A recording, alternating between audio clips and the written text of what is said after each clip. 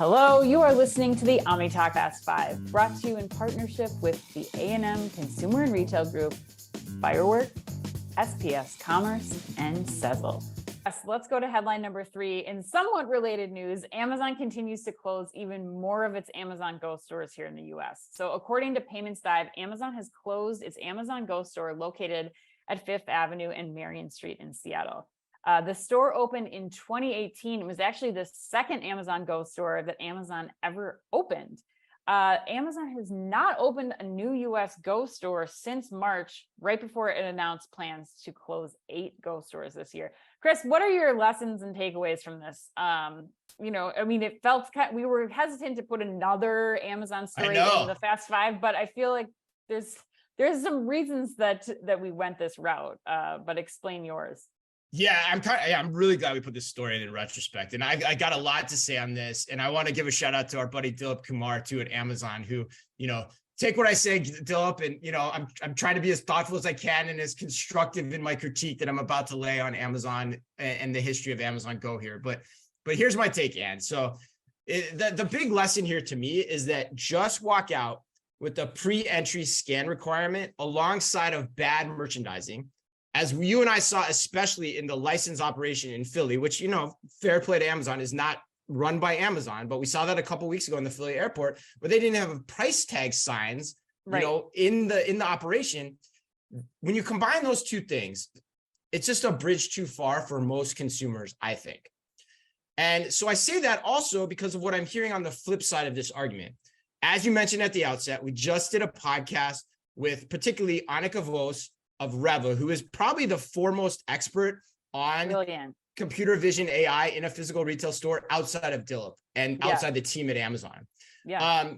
And she's doing it with a number of providers, but specifically the one we talked about is with Trigo, right? Trigo is the non-Amazon just walk out competitor that she's deploying the technology in her stores in Germany. And for all intents and purposes, she's saying she's seeing consumers respond to the technology. And she's publicly talking about how they're planning to invest in it going forward and roll it out to a further degree. But the reason for that is she went about it differently. Mm-hmm. She took a hybrid approach to start. They didn't force customers en masse to change how they shop their stores. And they allowed the customers to try it that way, right? It wasn't forced upon them. But the biggest point here, I think, in this story, in this headline of looking back at the past, 5 years since Amazon Go first opened in 2018, the biggest point is that Reva already knows how to merchandise a grocery store. Mm-hmm. And so my takeaway here is hubris, Ann.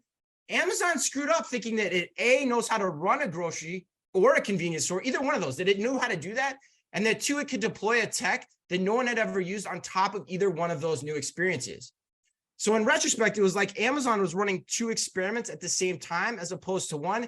And any time from an experimentation standpoint, when you make that happen or there's that dynamic at play, it's impossible to read the data accurately in terms of analyzing and understanding what happens. And so for that reason, I think the experimentation plan around Amazon Go was quite honestly flawed from the get-go, very much intended, Ann. Your pun was slightly the delivery was slightly impacted by your crappy was my audio shitty now. Damn it, because I was going on a roll, man. I was on a roll. I know, but I think the listeners get the gist of the terrible joke, and I actually am happy that they're saved from hearing your play on words there. But I do agree, Chris. I think the number one thing that's different about what Reva had, and I think is playing out now across all Amazon stores, and we, you and I were huge proponents of this. We love the Amazon Go experience. We're retail nerds. So we definitely are going to shop the store because of the technology and because of the convenience. And I do think that the next generation will do the same thing, but they're not the ones that are making the impact right now. Mm-hmm. And I think that this technology, unfortunately, while it's cool, there's not the merchandising to back it up. There's no reason for me to go to that Amazon store for the product in the store. I definitely think there is a need for this kind of store. And that's why Annika and the team at Reva Group is seeing success with it. People have built Reva into their day-to-day behaviors for years. They come to know the products. There are things that are driving them to that store. They have a relationship with their customers. And Amazon didn't have that before going into this. Amazon built the store 100% based on like, we're going to get you in and out of here fast. It's about the technology. But I think what we're learning is that that's not enough. And if you have one thing that's preventing you from getting in store, you have a bad experience, it took you too long to download the app when you're walking in the Amazon store, like all of those things are just preventing consumers from making the trip back, because once you get through the gates, there's not enough to hold you there to keep you coming back for that experience in the way that the Revistore has, or that like or an established grocer or convenience store retailer has. So I think that there's potential for this. There's 100% a need for this kind of store, but I think Amazon's still going to have to fight those demons of like, how do you become a retailer, a store that people are having to go to in a physical sense, not just because you're the cheapest and have the most online breadth and assortment. Yeah, 100%. Like I think what I think about when you talk about it like that is like it kind of makes me think the days of physical grocery for Amazon with a new concept are kind of over. Like it's going to be really hard for them to figure this out. Yeah. But on the glass half full side of this, I could still see this working from a licensing perspective. You know, if people can gravitate towards it more over time. They've already pivoted the way they require pre-entry authorization in their London stores. And so like, you know, how does the one I think about most is the Hudson News. That seems like the company that's deploying this the best right now. Yep. So how do they continue to learn from it, pivot it? The merchandising in the new store that just opened this past week looks a lot better, much more color blocked, much more, you know, brand palpable, pricing is visible, like all that kind of stuff. So like there could still be a play there, but I really think at this point, it's probably a licensing play.